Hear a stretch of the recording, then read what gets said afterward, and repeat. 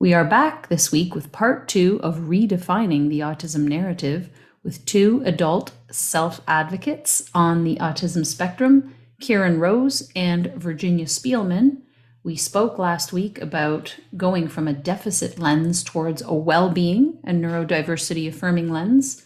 We talked about thwarted expectations that society gives us, the awful history of autism, recognizing trauma, a culture of ableism, social model of disability, the double empathy theory, and really challenging the systems in place and focusing on finding support.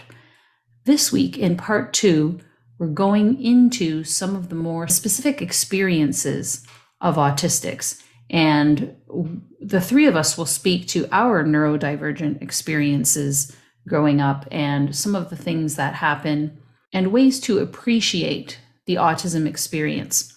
So stay tuned for part 2.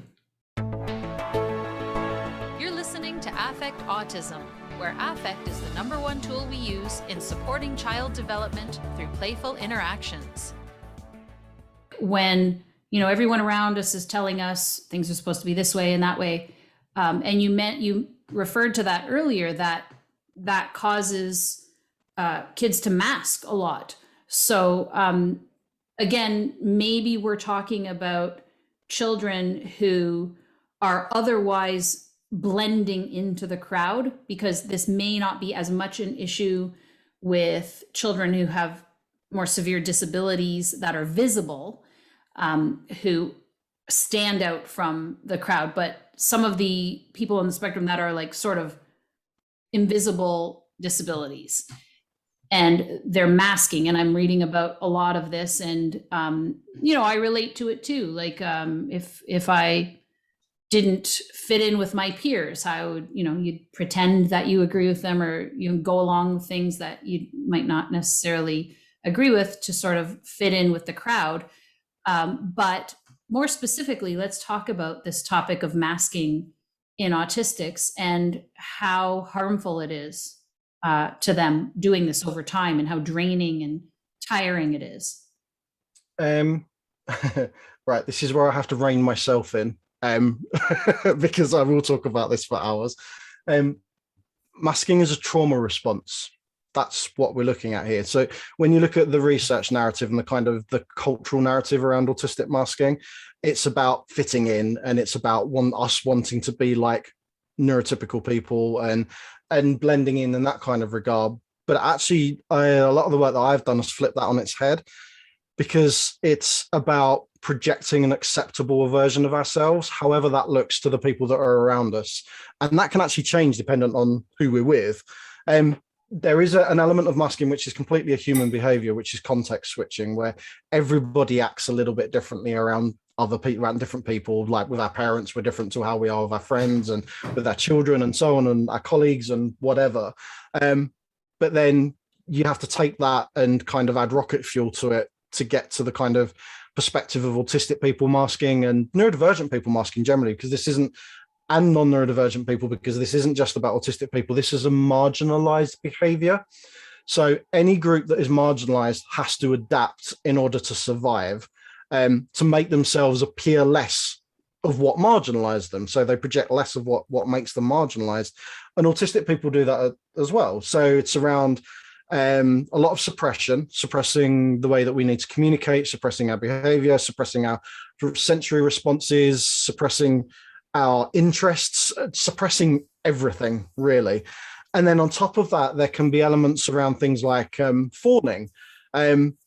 So fawning is a massive part of the masking narrative, where we people please, where we go out of our way to make other people feel more comfortable. So if you imagine that in a work environment, that might be the person that says yes to everything. Someone says, can you do this? Yes, I can. And then they end up with their desk buried under piles and piles of paperwork, and everybody else has no work to do. And so you can see then how those kind of narratives can actually start to become problematic from that fawning perspective as well, because that starts in childhood, and all of this is an early developmental thing that increases as we get older. So if you have an autistic child that fawns and wants to people please, So then you can maybe understand why there are higher prevalences of abuse amongst autistic children, because we're more inclined to do what people tell us to do, because that pleases the other person. And then you can see how behavioralist narratives can really fit that, because that's about children giving children stuff and them wanting to please the people who are therapizing them. And so, you're missing the authenticity out of everything. It's your authenticity doesn't exist anymore. It's about the authenticity that other people want to see. So then those narratives are massively problematic. And what that does is use up, firstly, huge amounts of energy, but also as we develop, our brain compartmentalizes the masking aspect of ourselves so that we become less and less aware that it's actually what we're doing. It becomes our normalized behavior. So it's almost like we're projecting another version of ourselves constantly, putting on this hologram of what's acceptable to other people. And the reserves, the energy reserves that go into that are enormous. But because we completely dissociate from it, we don't realize that all that energy is going into it, which is where we get into narratives like autistic burnout and regression and those skills losses and things like that, which are common narratives for autistic people, but are actually seen as being part of being autistic, when in actual fact, they're not. They're part of a stigmatized, marginalized existence.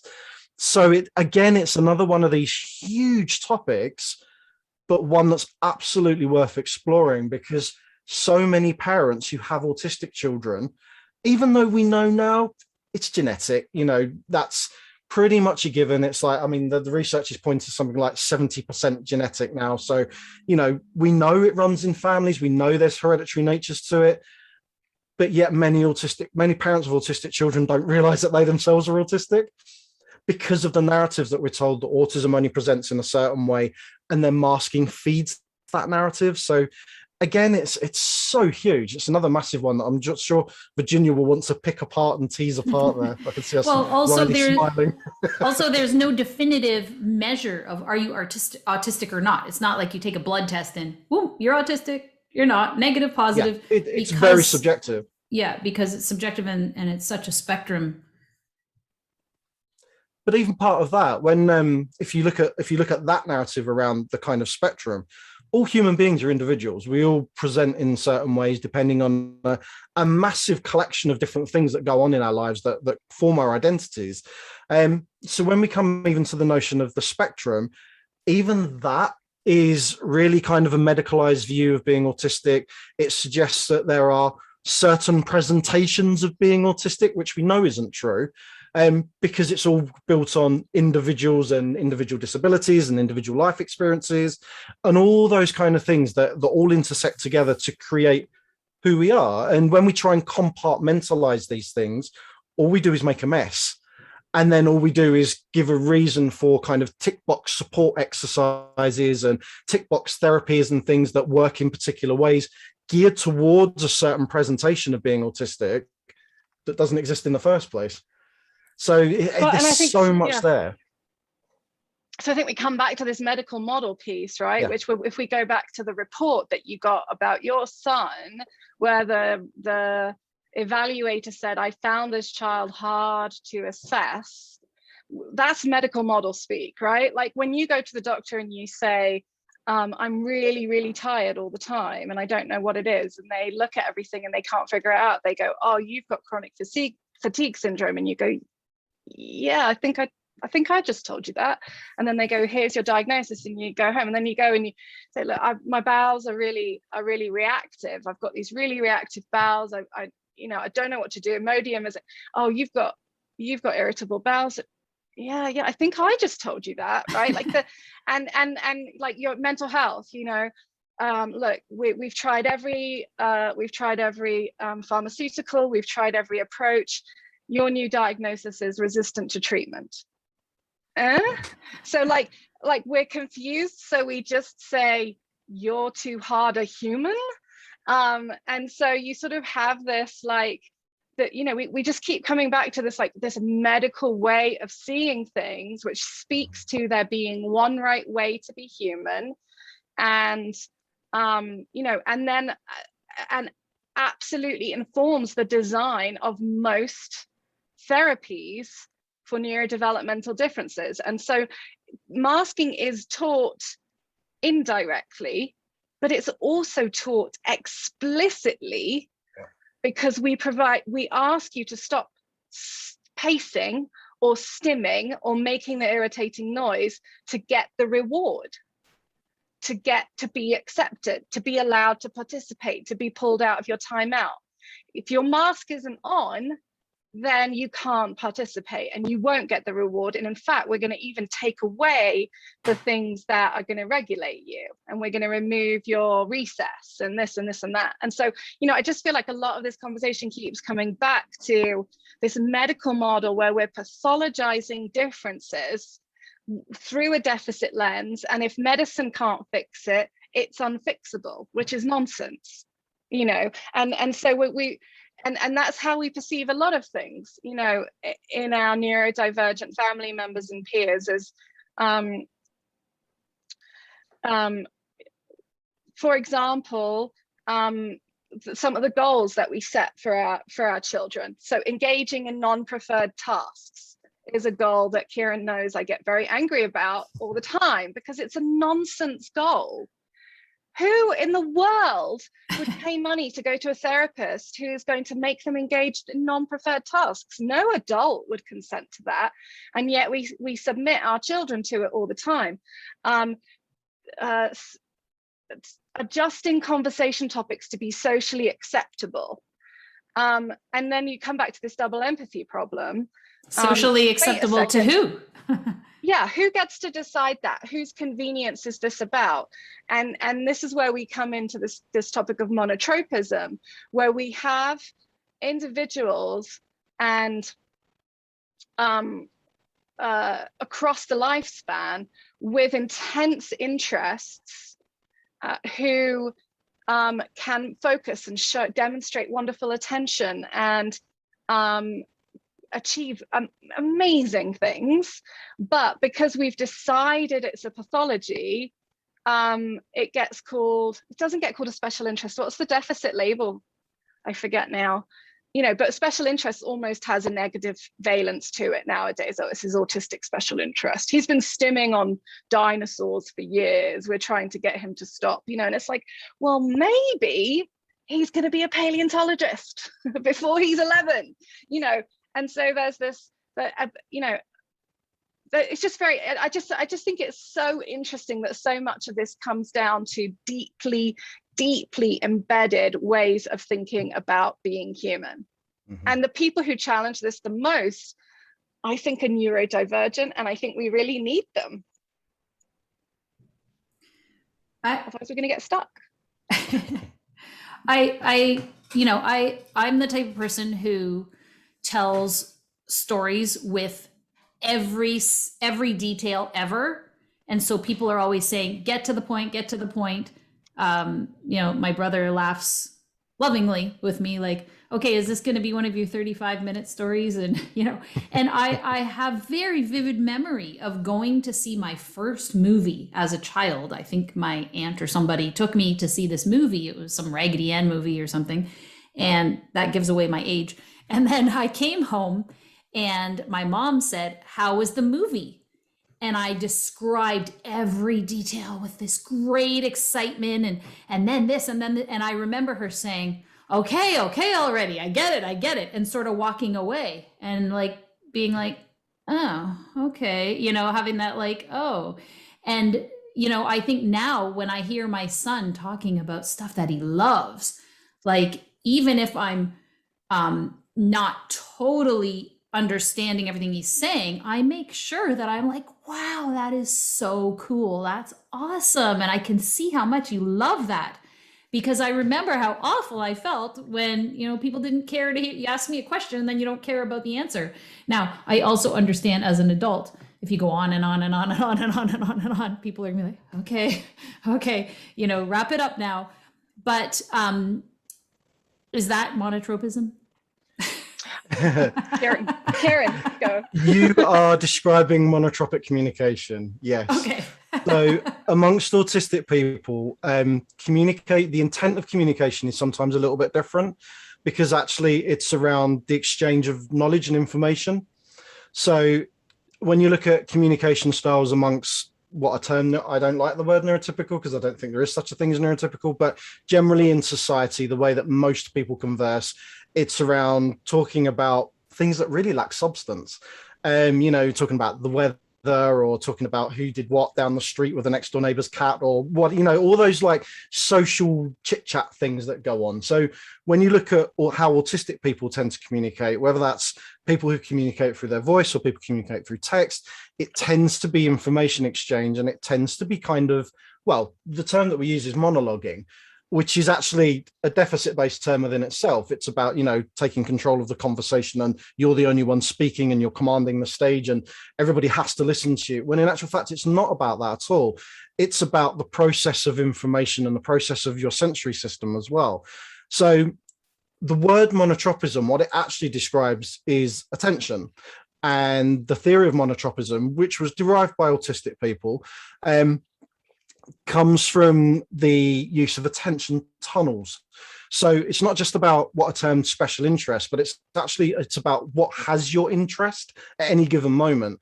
So whatever has your interest, your whole sensory system is kind of aligned towards focusing on that thing, which is why transitions can be difficult, because when all your senses are geared towards that thing, when you're asked to transition, or if something happens that makes you kind of have to pull away from it, it's like pulling yourself out of a gravity well sometimes. Literally, you have to like suck yourself out and fight against gravity to pull yourself away.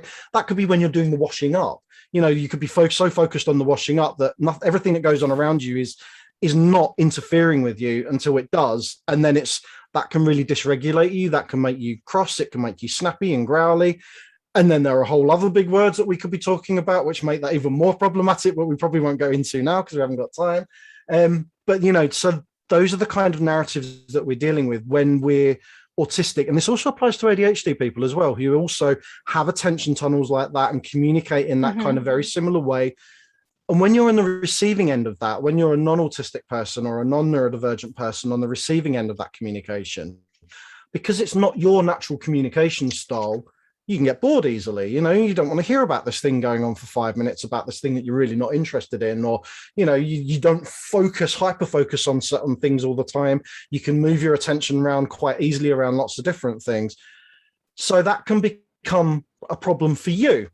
And when you are part of the dominant group in society, that means that you view your way of communicating as the right way, and the other person's communication is not the right way, it's the wrong way. So this is why we have narratives around autistic children around having to learn how to take turns and having to learn to take pauses in conversation for perspective taking and things like that, So, but actually what you're doing when you're doing that, as you described really well from your childhood, you were invalidated. Your communication style and your need to pass on information when you've been asked a question was invalidated, which meant then that you felt bad, which then made you feel probably shameful, stigmatized, all these things that we're talking about. And that's one example. And I bet that happened to you a lot. If you really start digging deep, that probably happened to you a lot. And that happens to all of us as autistic people, as neurodivergent people. As we grow up, we experience these things. And for many of us, we stop communicating in that way because we have to, because we're told that it's the wrong thing to do and we're made to feel bad for it. So monotropism is about attention. It's about focusing on singular kind of things at a given time and then having to really pull away from that thing and refocus on the next thing. But when you don't exist like that, when you can snappily change your attention from one thing to the next, it can be really easy to invalidate that monotropic existence. And again, this is a narrative that we wouldn't be talking about were it not for autistic people with insight talking about autistic people and other neurodivergent groups talking about themselves, because this has been another thing that's been pathologized by professionals and by people viewing externally and saying, well, what you're doing is wrong and the way that you're doing it is wrong. We need to change that. Yeah, it's really interesting. Yep, Virginia. Well, just one of the originators of the theory of monotropism, Dr. Dina Murray, passed away recently, and her son wrote a really wonderful blog post, journal article, I don't know what it would be. He's called Fergus Murray, and he was brought up by someone who really cultivated a positive autistic identity, I think, and you can see that in his writing, you can see it in his identity and how he talks about autism. And I really like the framing of monotropic communication or info dumping, which is what we call it in our family. A lot of people call it that, as a love language. As you know, if this is my autistic love language, I need to info dump. So, you know, if you're going to ask me about the brain or current research or Dungeons and Dragons, you're probably going to get an info dump from me. Another member of my family, if you're going to ask them about Marvel or, you know, there's a few hot topics, you are certainly going to get an info dump. But it's connection, it's sharing, it's joy, there's pleasure in it. It's a gift. And you know, actually, Daria, what you said before, you know, like, well, we've got to an adult and you can't do that because other people get bored and what have you. Actually, if you're around the right people. Yeah. I was going to say that. And that's the thing. That's where culture comes into this in a great way. You know, I was going to say that because I love listening to, I'm using this term for the first time, info dumps of other people. Like things that I remember are so different than from things other people remember. Like I'm so interested in people and how they function and everything. So I'll remember every biographical detail of anybody who's ever told me anything in their life. I remember their birthday, who their parents are, how many siblings they have, like every, you know, biographical detail, like what they liked to eat, what restaurants they went to, like anything like that I remember. And then whatever they talked about, I didn't remember that at all. But you know, just I'm so hyper focused all the time on things that I do, but I also can switch my attention from things to things, and then I can go back and pick up on it. I don't know maybe I do experience that sucking out of the gravity thing sometimes, but I definitely have that hyper focus. But it's interesting because like I enjoy hearing other people do that if it's something I'm also interested in. Maybe if it's something I'm not interested in, then not so much. I don't know how that works. But I know, Virginia, did you want to share about the monotropism and personal experiences at all anymore? Well, I mean, every time I answer a question on this podcast, Daria, I'm info dumping. And, you know, Kieran knows it. He knows it. You know, my special interest is human development, and it is the diversity in human development, and it is human flourishing. And I managed to get a PhD in it because it's my special interest. And Kieran was diagnosed when he was 21, and that was, what did you say, 23 years ago? And I was diagnosed when I was 42, and that was 8 months ago. You know, it's been very interesting for me. One of the things my diagnostician said, I think I said that right, to me in the process of my diagnosis was that I have developed such a supportive lifestyle for myself, that's one of the reasons it hasn't been painfully obvious, apart from to people like Kieran, from you know, for my whole life. Kieran met me and knew within seconds. And a few other, what happened was a few years ago, autistic friends started assuming that I knew I was autistic. And I'd go, oh, I guess I'm just really good at connecting. And then I'd, you know, and then that wouldn't marry with my actual experience of life, which has been very awkward social interactions in mainstream settings for most of my life. And more and more my closest friends are on the spectrum. They're autistic. Some of them don't want to be called autistic. Others want to, you know, that's a whole different conversation. So yeah, I just decided to look into it, and partly because I think I can't say no to one of my monotropic interests, like which is painfully obvious if you look at my calendar and my time, what I spend my time on. And I was really close to burnout, and so I needed to figure out like what's going on here. How can I practice more self-compassion and self-care? And so for me, my diagnosis was about practicing self-compassion. It's also really, really helped my marriage, to my very, very neuro majority husband.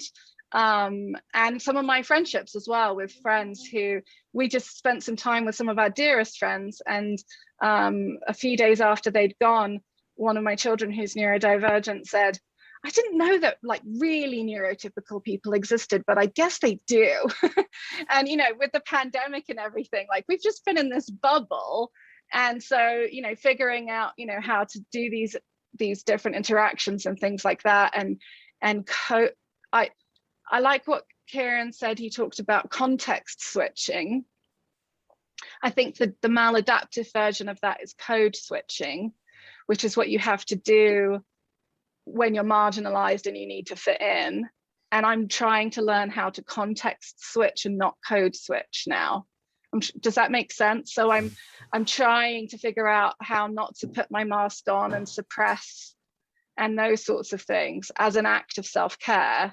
Code switching originates from linguistics, and when you switch between languages, especially in bilingual communities and so on. And so some communities that have developed their own languages, and then you see someone else and you have to switch, it can happen between generations. So if I'm with my peers, I talk and act a certain way. And then if I'm with the elder generation of my community, I would switch into traditional behaviors. And so it's very, very hot topic in immigrant communities and so on, but wherever there's this mixture of cultures. And so if I'm with my people, I'm this way, and then I have to switch, and I really fully switch to the point where I'm not necessarily expressing myself as much as I'd like to. And so I think it's a very relevant concept, and it might not be perfect for explaining some of the masking and camouflaging pieces and the suppression of self-regulatory behaviors and so on that autistics have to, or feel they have to, engage in order to participate, you know, in this awful socially acceptable way. And it, you know, one part of me never ever camouflaged. Like you know, there was a part of me that was always going to dye my hair blue, get tattoos, dye my hair pink, dye my hair green, pierce both sides of my nose, pierce every part of my ears, you know, wear wild clothes, like all of these things that I did through my life. There was a part of me that absolutely needed everyone to know I'm not like you. And then there were lots of other parts of me that were shamed, and shamed by my peers, shamed by my teachers, misunderstood very, very badly by men who thought I was, because I'm so intense, that I must mean things I didn't mean, and you know, all of these other things. So I have that whole trauma piece, and I also have this piece that was like, yeah, never going to conform, sorry. And it's just really helpful, again, as this act of self-compassion, to start unpacking these pieces in my 40s, and have great friends like Kieran to help me on the way. And yeah, so yeah, I think that's my info dump finished for now. You're listening to affectautism.com, where affect can help your child determine if they feel safe with you or not, where affect that is demanding or not authentic does not feel safe, where affect helps you co-regulate with your child, and where affect can foster engagement. Our use of affect is essential in connecting with our child. And you can only do that if you're present in the moment, attuned to the person you're with, and respect where they are developmentally, their individual differences, including their sensory processing profile and your own, and the relationship that the two of you have. Now let's get back to our podcast. Well, I don't know if I have any diagnoses. That remains to be seen, whether I find out or not. I don't know, but I certainly relate to all of this stuff, because I definitely read a lot from self-advocates, and I'm like, yes, I do that too. Yes, I've done that too. So, you know, there's all these different things that come up, but just to bring it back full circle to the parenting experience, I guess it's really hard for anybody to know the future. So while some of us will have kids that blend in with the crowd and might have these neurodivergent tendencies, what do we say to the parents whose kids are really struggling, who the parents are really struggling, their kids aren't able to go to regular school, or if they are, they need so much support, they're just not getting the respect and support that they need. I mean, beyond saying, you know, just love them, respect them, appreciate them for who they are, find their strengths. I love how you said that, Kieran. DIR Floor Time is definitely a strengths-based model where, you know, we look for the strengths and how can we build on those, you know, interactions and relationship with our children to have shared joyful experiences together. Beyond that, nobody can tell us the future, but I don't know what more can we help parents who are really feeling like, oh, this is really so hard for me. I don't know what is going to happen to my child in 10 years or 20. It's something that I come up with all the time. I support a lot of parents, and it's a very similar question around kind of people being fearful of them not being there and being able to support their children, and worrying that their children will still need support after they've gone. For some people, yes, that will be the case. For others, it might not be. And like you said, we can't predict the future, and you need to look at that in a positive sense as well, that how someone presents when they're a 5-year-old is not necessarily how they're going to present when they're 50. We grow up, you know, we all of us grow up in our own various ways, and what we have to kind of come back to. And as well, something I did want to say earlier, actually, just around kind of monotropism, which relates to this, is that the power of monotropism is so incredible that we cannot make judgments about how we perceive people, even our own children, because outside of me talking about autism, I very rarely speak. And the reason that I don't speak is because speaking is absolutely exhausting for me. It's trashing for me. And I've spent my life putting so many different things in place, as Virginia said, that enable me to be able to talk when I have to, but I'm also situationally mute, which further complicates things, which makes it even more exhausting. So I've got all these things that enable me to talk when I have to, that when I don't have to, I don't. I talk with my kids via text communication most of the time. My daughter and I draw to each other. My wife and I, if someone came into our living room and saw the 5 of us sitting there, it would look like we never interacted with our kids, when in actual fact, we're communicating all the time. So a lot of this is around, again, what I said earlier, around expectations, and about stripping those back and dialing that back and living in the moment of right now and thinking, I can't control what's going to happen tomorrow, but what I can do is look about how we can make today positive, and about how we can find the positive in each day, in each moment, about how we can look to those strengths and build on those strengths. And we are unfortunately surrounded by systems which make our lives incredibly difficult. That's education systems, that's care systems, health systems. No matter where we are, those things are not built for us as neurodivergent people or as parents of neurodivergent people. You know, those things are there to trip us up and make our life hard and punish us sometimes when we don't do what they want us to do.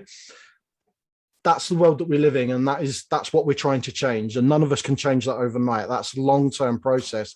But right now, you have a community of people around you as a parent, firstly other parents, but underneath that, and probably more importantly, you have people who are like your child. Now, they might be able to speak and your child might not be able to. They might have an intellectual disability and your child might not. That doesn't mean that experiences aren't similar and relatable and that there isn't value in something that they have to communicate.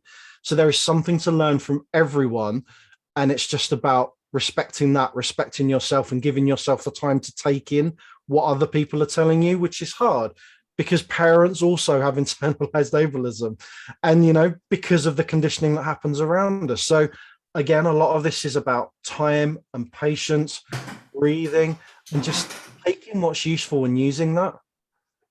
I'm imagining like a course or some kind of thing that we put parents through, where we erase all these myths and worries and things. And then once they've sort of gone through that, then we have like a big brothers, big sisters kind of group where autistic self-advocates answer questions to parents and sort of match up, like, my daughter doesn't speak, she does this and this and that, and this woman says, that's how I was when I was little. Okay, good. You two match up. You're the big sister. And then, like just to help parents, because right now the support that's available for parents is professionals who mostly aren't autistic, right, Virginia? Unless they just haven't figured that out yet. But but I think I mean, Karen and I have discussed this, like, what does this course look like? We've discussed it a million times. One of the things we have to be really careful about is not putting labor onto the autistic adult who's already had enough trauma and labor. So how do we minimize that? What format is gonna maximize impact and minimize labor for the autistic adults? And I think because we're autistic, like, it's going to be hard for us not to want to do this, but it is also costly. And so that's just something to think about. But I think as you're thinking about the future and you're thinking about, like, what's this going to look like in 20 years, I've had these conversations recently. I had one mum of a delightful young boy who really was very, very competent, but has been obviously given the role of the difficult child at his school. And our kids say, okay, I'll internalize that script. They don't challenge it. And she was, do you think he's going to read? Do you think he's going to be okay? And she's crying. And I was like, don't believe what the world's telling you. He's going to be great. And no one had ever said that to her. So find the professional that sees your child not as someone trapped by autism, not as someone who needs to be, fixed, but who sees and enjoys your child and their ideas right now, and find spaces for your child that are safe spaces where they will not be asked to mask, where they will be given accommodations and multiple forms of communication options, and they can play for play's sake. And they can just build social confidence instead of learning obscure and arbitrary social skills, which is a whole nother conversation. Unfortunately, at the moment, most of those groups are run by people who then need to be paid, so they're expensive. But more and more and more, we need to see these safe spaces being cultivated and accessible in an equitable way. And so that would be my final word, I think.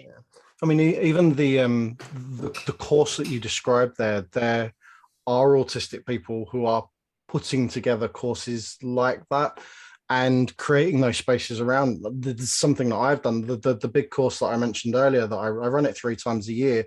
And it's not autism training. I'm very clear from the beginning that it isn't autism training. It's about reframing our understanding of what autism is and what it looks like, in inverted commas. I'm doing that thing and nobody can see them. It's about reestablishing and reorganizing our thinking around what it means to be autistic and how we can validate that and not deficitize it and pathologize it. And within that as well, I mean, I had 300 people on the last one over the 6 weeks. And we do create that community that you discuss. There's a lot of Q&A time. That's pretty much 3/4 of the time is around Q&A and discussion. And we have autistic people who regularly come back now because they like the community and they like the fact that autistic people are centered within that community and that we can talk freely and that professionals and parents are there to learn from those discussions and feel a part of it as well. So it's a real genuine kind of community around that. And other autistic people are creating those similar kind of courses and creating those environments. It's just, we need support for more of us to do it and for it to be out there more in order for more parents to be able to access it. And we all need to learn together. And I think that's the thing. And we need to get away from this idea that we can teach people about autism, because we can't teach people about autism is an ethereal thing. It doesn't really exist, but we can teach people about what it feels like to be autistic and how that interaction with the world and how society needs to just widen a little bit, because we talk about autistic people not accessing society when in actual fact it's the other way around. It's society not giving access to autistic people. So when we recenter and reframe our thinking around that, the whole world just changes. And it's just that little tiny changes that make those huge differences that we can all get swept up in. And I know that parents are saying, yes, if only I could find these places for my child. It's a struggle. Hopefully we'll get there. I want to thank you both so much for being here. I hope we'll be able to continue the conversations going forward in future podcasts. I'll put links to Kieran's website and the course he mentioned and other things that we've mentioned in this podcast at affectautism.com under today's podcast. So thank you, Virginia. Thank you, Kieran, for being here. It's been a pleasure. Thank you. Until next time, here's to affecting autism through playful interactions. Hi, I'm Daria Brown, and I hope you're enjoying the podcasts at Affect Autism. Did you know you can get bonuses by becoming a member for as little as $5 US per month? Check it out at patreon.com/affectautism. Thank you for your show of appreciation.